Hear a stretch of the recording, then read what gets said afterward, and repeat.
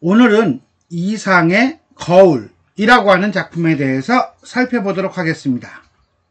이 작품은 거울 밖의 현실 세계를 살아가는 현실적 자아와 거울 속에 존재하는 내면적 자아 또는 본질적 자아라고도 합니다. 이 내면적 자아, 본질적 자아와의 어떤 분열 양상을 형성한 시입니다. 그러니까 자아 분열이 일어나는 거죠. 현실적 자아와 내면적 자아의 분열 현상. 특히 사연에서 거울은 본질적으로 차단과 만남의 양면성을 지닌 모순적 존재임이 드러나는데, 거울을 매개로 두 자아가 만날 수 있지만 동시에 거울로 인해서 두 자의 만남이 차단되기도 합니다. 그리고 오연에서는 거울 속에 나가 외로된 일에 골몰하고 있다고 말함으로써 두 자아가 분열을 넘어 서로 따로 살아가는 존재로까지 표현됩니다. 그러면서 마지막 년에 이르러 두 자아는 완전히 분리된 양상으로 나타납니다. 이거는 결국 당시대를 살아가는 시인 내지는 지식인들이 보여주는 어떤 분열 양상을 보여주고 있다, 이렇게도 해석을 하곤 합니다.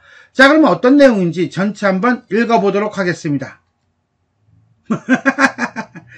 뭡니까 이거? 자, 가방에 아버지가 들어가신 거예요.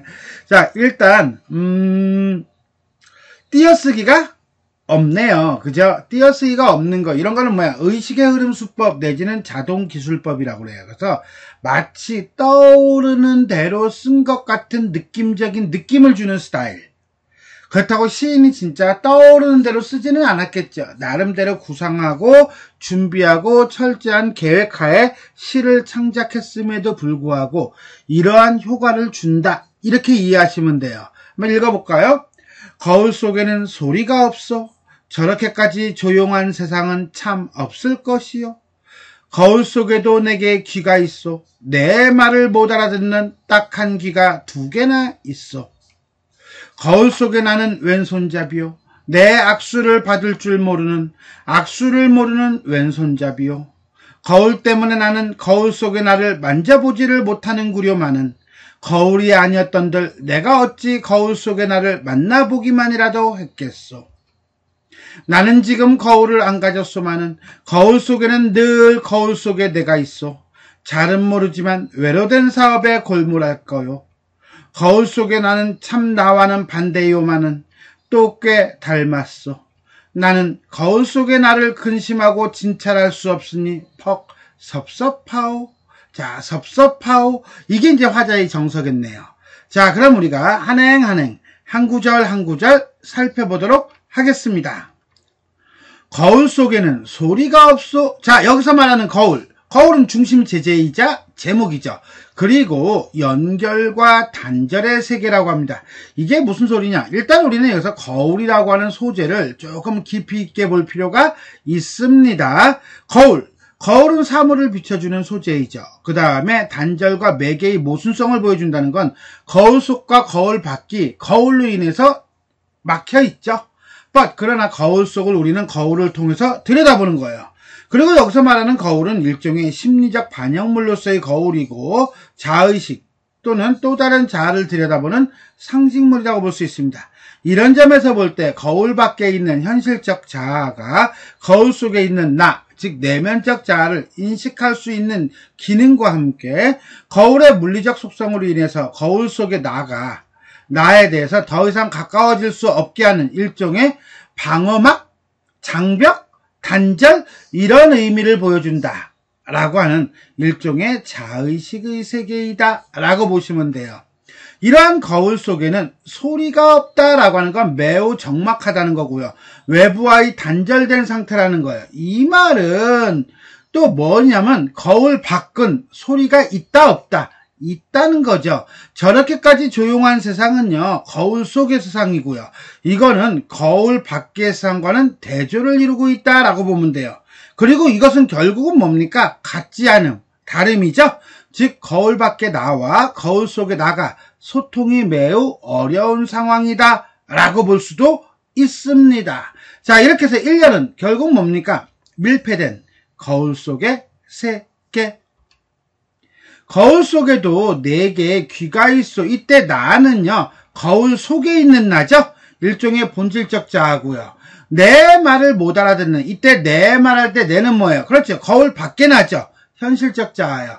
그리고 난 다음에 못 알아듣는다라고 하는 거예요. 못 알아듣는다는 것은 결국 뭐예요? 소통이 되지 못하는 상황 또는 자아분열과 단절의 상황이에요.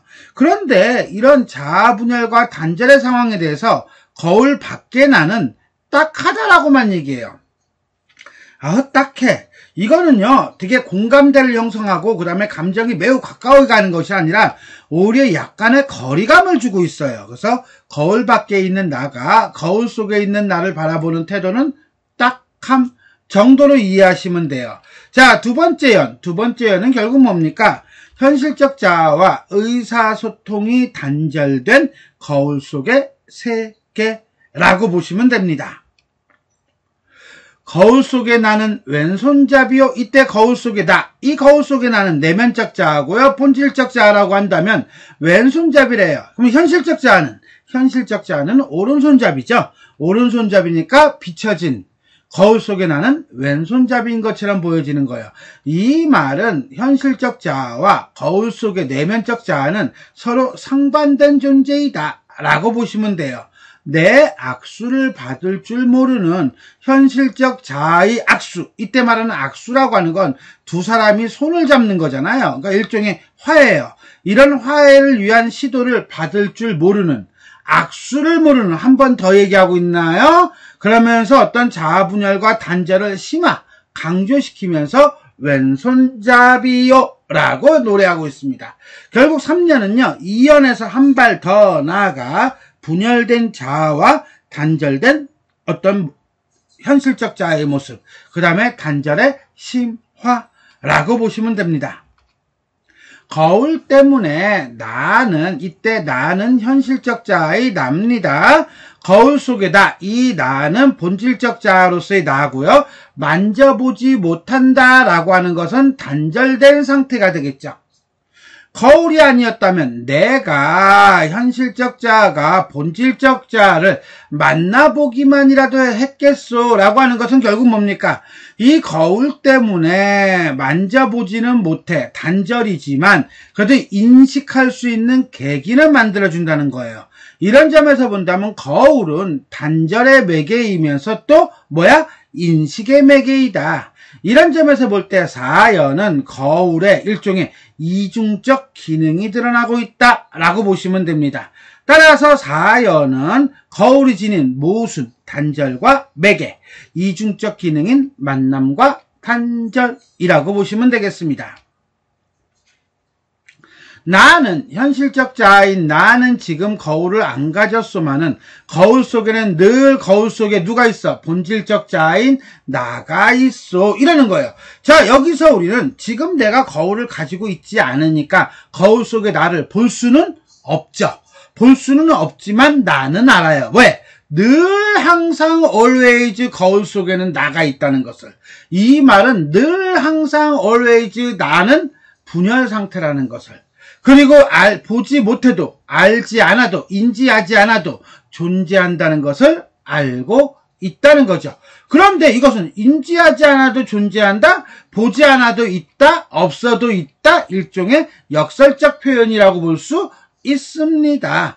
잘은 모르지만, 잘 몰라. 뭘 몰라? 거울 밖에 있는 현실적 자아가 거울 속의 나를 잘 몰라. 태도죠. 자, 그러면서 외로된 사업에 골몰할까요? 외로된이라고 하는 것은 한쪽으로 기울어진이에요. 그러면 한쪽으로 기울어진 생각에 골몰할까요? 이때 골몰이라고 하는 건 뭡니까? 한 가지 일에 푹 파묻혀 있을 거예요. 라고 하는 것은 내가 잘 몰라. 한마디로 현실적 자아가 의도한 것은 아니지만 그래도 내면적 자아 내지는 본질적 자아는 무엇인가를 하고 있기는 있을 거야. 근데 나는 몰라. 왜? 분열 상태거든요. 따라서 오연은요, 심화된 자아의 분열 양상이라고 보시면 되겠습니다. 거울 속의 나는 참 나와는 반대이지만 이때 거울 속의 나는 본질적 자아가 될 것이고요. 참 나는 현실적 자아가 되겠죠. 그죠? 하지만 반대이지만 또 꽤 닮았어. 반대라는 것은 이질성을 얘기한다면 닮았다는 것은 동질성이겠죠. 이것도 일종의 역설적 표현이라고 보시면 돼요. 나는, 현실적 자아인 나는 거울 속의 나, 즉 본질적 자아를 근심하고 진찰할 수 없으니 알고는 싶은데, 뭐가 문제인지 알고는 싶은데 알 수가 없어. 이야, 이거 참 힘들어. 알고는 싶어. 계속 노력은 해. 그죠? 이게 포인트예요. 하지만 알 수가 없어서 어때요? 섭섭하오 라고 얘기한다는 거예요. 자, 결국은 뭐야? 거울 밖에 있는 현실적 자아가 거울 속에 있는 본질적 자아를 바라보는 태도는 섭섭한 거죠. 자, 이런 점에서 본다면요, 특히나 진찰한다, 근심한다라는 점으로 들었을 때 두 자의 관계 회복과 화합에 대한 소망이 어느 정도까지는 내재되어 있다, 들어가 있다 라고 볼 수도 있습니다. 6년은 결국은 뭡니까? 분열된 자아로부터 소외된 현실적 자아의 안타까움이라고 보시면 되겠습니다.